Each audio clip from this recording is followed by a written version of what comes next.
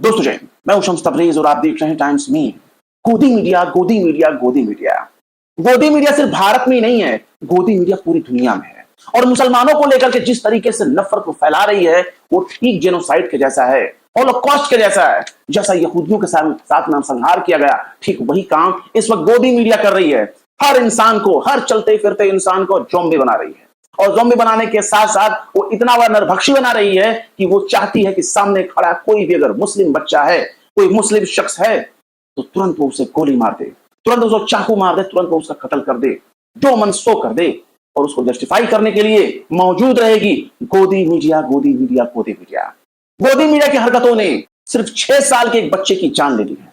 और यह घटना अमेरिका में हुआ है। अब आप सोचेंगे कि अमेरिका में गोदी मीडिया कहां है क्यों नहीं? अमेरिका की सरकार ही गोदी मीडिया है। जब अमेरिका की सरकार, अमेरिका के नेता ही प्रोपेगेंडा, एजेंडा और फेक न्यूज फैलाने की फैक्ट्री बन चुके हैं, तो ऐसे देश में कोई कैसे सुरक्षित रहेगा? जो देश पूरी दुनिया में मानवता की बात करता है, धार्मिक स्वतंत्रता की बात करता है, उस अमेरिका में एक 6 साल के मासूम मुस्लिम बच्चे का बेरहमी से कत्ल कर दिया जाता है। और कत्ल करने वाला कोई और नहीं, कोई पराया नहीं, बल्कि उसी का मकान मालिक है, जो 26 चाकू मारकर उसको मौत के घाट उतार देता है। उसके मां पर भी वार करता है, उनके घर में घुसकर कहता है उनका मकान मालिक कि तुम मुस्लिम हो, तुम लोगों को मर जाना चाहिए। और सिर्फ इसलिए क्योंकि फलस्तीन, हमास और इजराइल को लेकर के नेशनल मीडिया, दुनिया भर के इंटरनेशनल मीडिया जिस तरीके से नफरत और एजेंडा चला रही है, कि उसी का नतीजा है कि इतना बड़ा कांड हो गया। एक 6 साल के मासूम बच्चे की जान ले ली थी।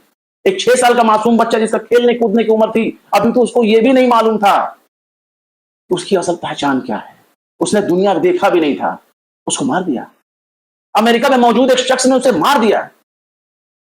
और जानते हैं ऐसा क्यों? क्योंकि यही नफरत है। जब खुद उनका मैं अपना राष्ट्रपति जो बाइडेन जब इजराइल के समर्थन में इतना अंधे हो चुके हैं कि वो नरसंहार को जस्टिफाई कर सकते हैं, फलस्तीनियों पर हो रहे हमले को, बर्बर हमले को, कातिलाना हमले को, नरसंहार को, जब वो हर तरह से इजराइल के साथ में खड़े हैं, हर तरह के नरसंहार के लिए, हर तरह के गुनाहगार में, हर तरह के गुनाहों में जब इजराइल के साथ वो खड़े हैं, तो एक फलस्तीन के रहने वाले, फलस्तीनी मूल का एक बच्चा, फलस्तीनी मूल का बल्कि एक परिवार था अमेरिका में, और वहीं वह रहता था।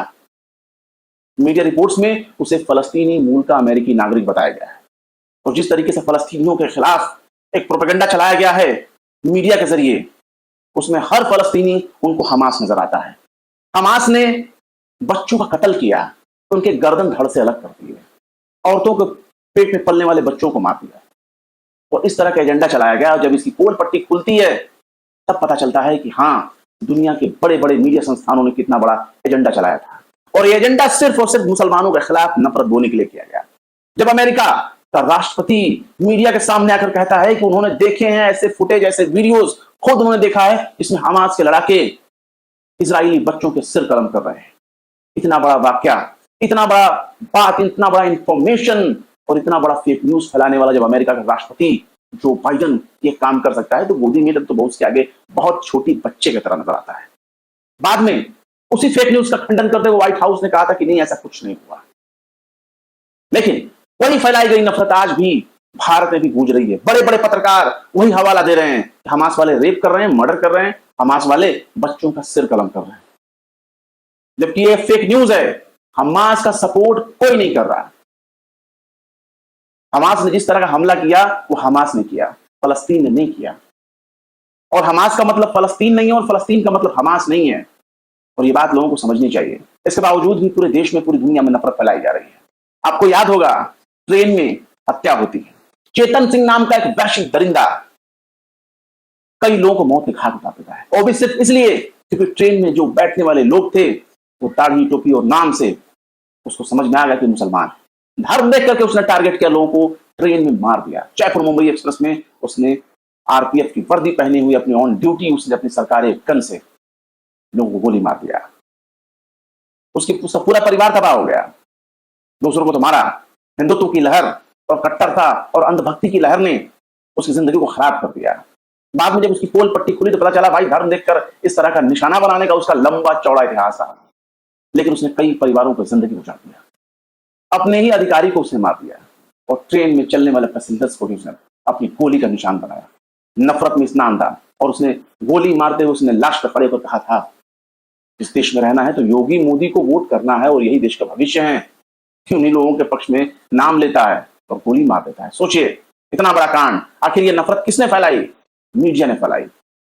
कैसे फैला? बड़े बड़े पत्रकारों ने अपने नफरती शोज किए और उस नफरती शोज के जरिए उसने लोगों को ज़ॉम्बी बनाया, लोगों को हत्या करने पर मजबूर किया, लोगों को हत्यारा बना दिया, वहशी बना दिया, परिंदा बना दिया। और यही नहीं, आज भी ये काम चल रहा है। आज भी ये काम चल रहा है। फलस्तीन में हजारों बच्चे मारे गए, हजारों जिंदगियां हलाक हो गई, शहीद हो गई। यहां तक कि जो घर मकान हमास को मारने के नाम पर गिराए गए, रेजिडेंशियल एरिया में जो बमबारी की गई, हवाई हमला किया गया, अभी भी कम से कम 1000 ऐसी लाशें हैं, शहीदों की ऐसी लाशें हैं। हलाकत की इतनी बड़ी संख्या है कि हजारों की संख्या में भी लाशें हैं जो मलबे के नीचे दफन है। सामूहिक कब्रें बनाई गई हैं, लोगों को दफन किया गया। बच्चे हैं, मां बाप हैं, पूरे के पूरे परिवार को एक साथ दफन किया गया। ऐसे दिन आ गए, लेकिन अभी भी ये नफरत कम नहीं हो रही है, क्योंकि ये नरसंहार होता देखकर ये चील, कौवे, गिद्ध बहुत खुश होते हैं। ये तो मरने वाले मासूम बच्चों को भी कहते हैं कि ये तो डॉल है, ये तो गुड़िया है, उसको भी खिलौना बोलते हैं, कहते हैं ये नकली है, प्रोपेगेंडा है, ये लाश जो है असली नहीं है, ये डुप्लीकेट है। इसराइल को बदनाम करने के लिए किया जा रहा है। वल्लाह क्या बात है, इसराइल इतना बड़ा पीर साहब हो गए गोदी मीडिया की। देखिए, एक नफरती शख्स जो दूरदर्शन का एंकर है, नाम अशोक श्रीवास्तव, लेकिन कहीं से भी उसके रंग रूप और उसके चाल चरित्र से कहीं भी वो पत्रकार नजर नहीं आता।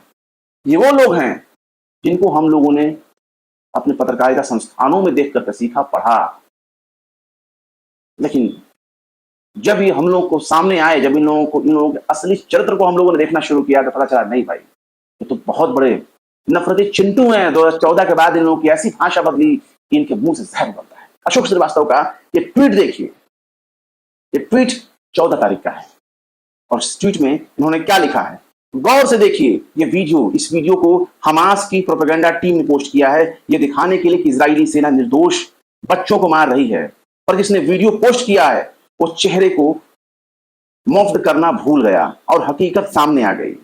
यह किसी बच्चे की डेड बॉडी नहीं बल्कि गुड़िया है। हालांकि गलती का एहसास होते ही हमास की सोशल मीडिया टीम ने यह वीडियो डिलीट कर दिया, पर अब तब बहुत देर हो चुकी है।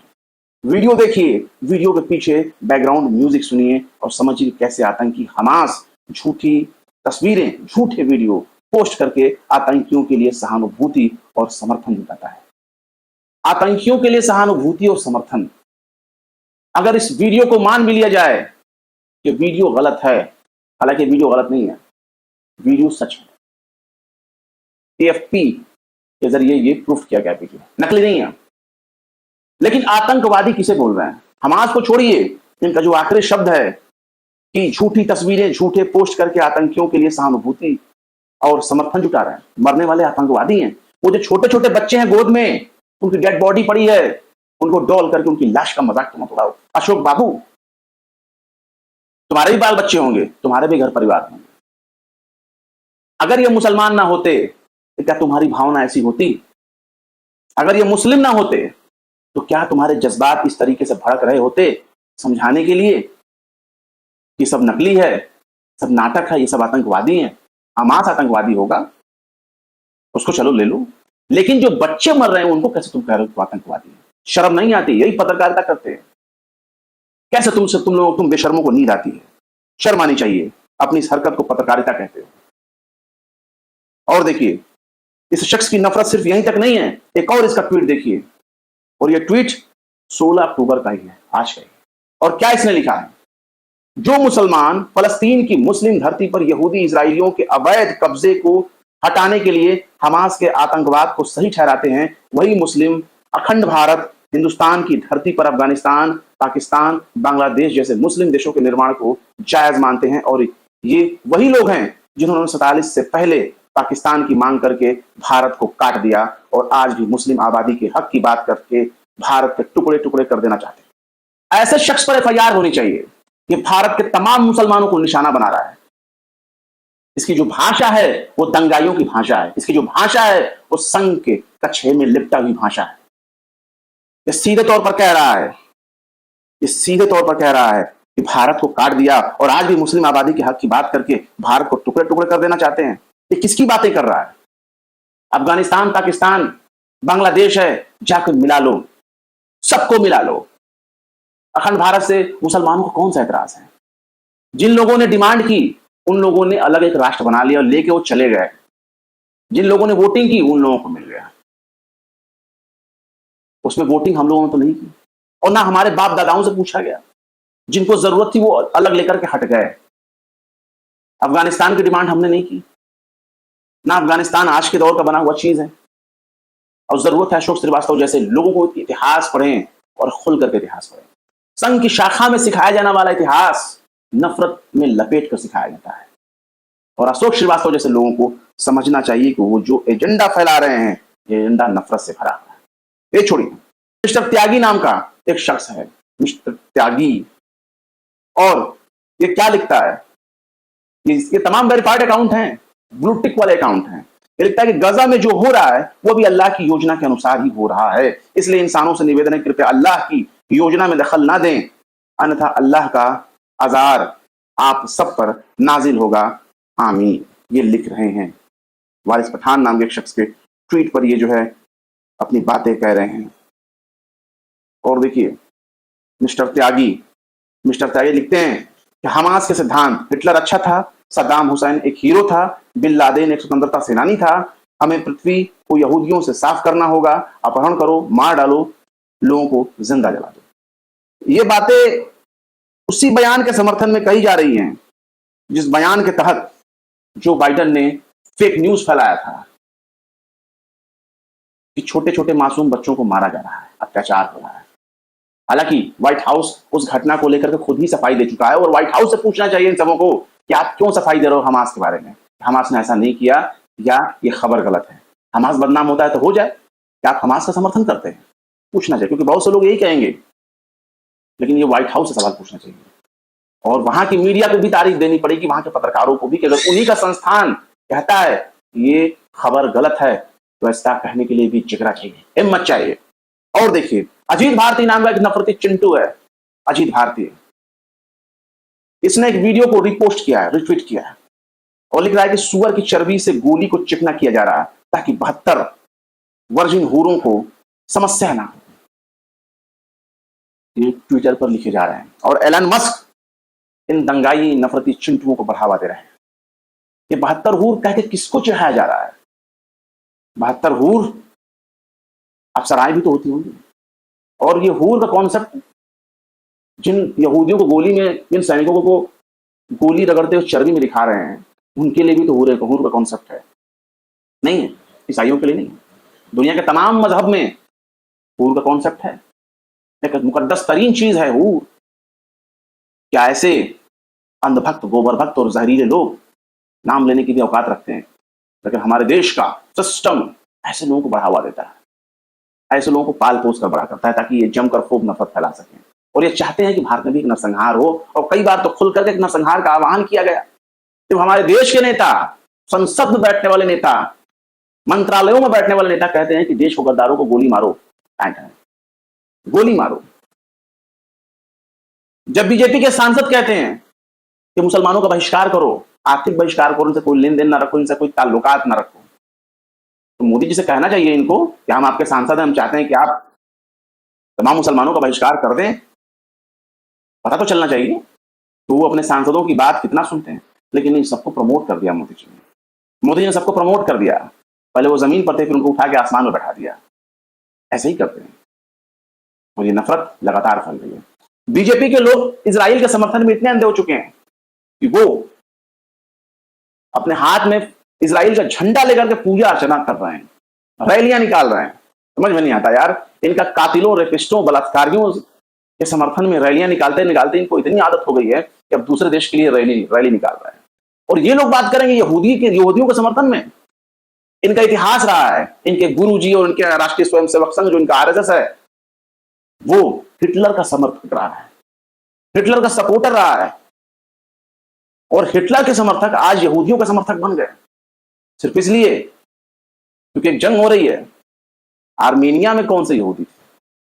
आर्मेनिया और अजरबैजान के लिए भी तो इन लोगों ने समर्थन किया था। आर्मेनिया के सपोर्ट में इन लोगों ने बहुत ट्रेंड चलाए थे, जबकि भारत सरकार फलस्तीन के समर्थन में है। पता नहीं लेकिन एक मासूम बच्चे को मार दिया गया, अमेरिका में मार दिया गया। वो अमेरिका जो लोकतंत्र की बात करता है, धार्मिक स्वतंत्रता के बड़े बड़े प्रवचन सुनाता है, वो अमेरिका नफरत का गढ़ बन चुका है। और जो बाइडन फेक न्यूज के सरदार, नफरती चिंटुओं के आका बन चुके हैं, अमेरिका के राष्ट्रपति। और यही है सुपर पावर। और सुपर पावर लाशों पर खड़ी हुई एक ऐसी इमारत है जिसको गिराएंगे तो अमेरिका वाले ही गिराएंगे। अमेरिका में सत्ता बदलती है, बड़े बड़े तानाशाहों को अमेरिकी उखाड़ कर फेंक देते हैं। पूंजीवादी व्यवस्था चलती रहेगी और अमेरिकन उखाड़ कर इनको फेंकते रहेंगे। डोनाल्ड ट्रंप का हाल भी लोगों ने देख लिया, जो बाइडेन का भी हाल आगे चल के देखा जाएगा। पूरी दुनिया देखेगी, हम भी यही हैं, आप भी यही हैं। और ये बात इतिहास में दर्ज की जाएगी कि कैसे एक जालिम मुल्क यहूदियत के नाम पर एक छोटी सी कौम के ऊपर जुल्म ढा रहा था। वो कौम जिसकी जमीन पर इन लोगों ने कब्जा करके बैठे हुए, और जमीन पर कब्जा करने के बाद उनकी जमीनों को उनको बेदखल किया जा रहा है ताकि हर चीज को इसराइल अपना बना सके। बड़े अफसोस के साथ कहना पड़ रहा है कि इन लोगों ने यहूदियों का नाम लेकर के यहूदियों का नाक कटा दिया। यहूदी भी इन चीजों पर लानत भेज रहे हैं। वे फलस्तीन के सपोर्ट में जगह जगह रैलियां निकाल रहे हैं और कह रहे हैं कि कृपया हमारा नाम लेकर के जुल्म ना करो, ये अपराध ना करो, ये वॉर क्राइम ना करो। फिलहाल क्या कहेंगे इस जहरीले हत्याकांड के बारे में, गोदी मीडिया के जरिए फैलाए गए प्रोपेगेंडा के बारे में? कमेंट बॉक्स में जरूर बताएं। फिर मिलते हैं किसी और वीडियो में एक नई खबर के साथ। शम्स तबरेज़ को दीजिए इजाजत। जय हिंद। तो देख लिया आपने हमारे इस वीडियो को। हमें उम्मीद है कि आपने हमारे वीडियो को लाइक किया होगा और दूसरों को भी शेयर किया होगा। अगर अभी तक आपने हमारे चैनल टाइम्स मेल को सब्सक्राइब नहीं किया है तो जल्दी से सब्सक्राइब कर दें और बेल आइकन भी प्रेस कर दें।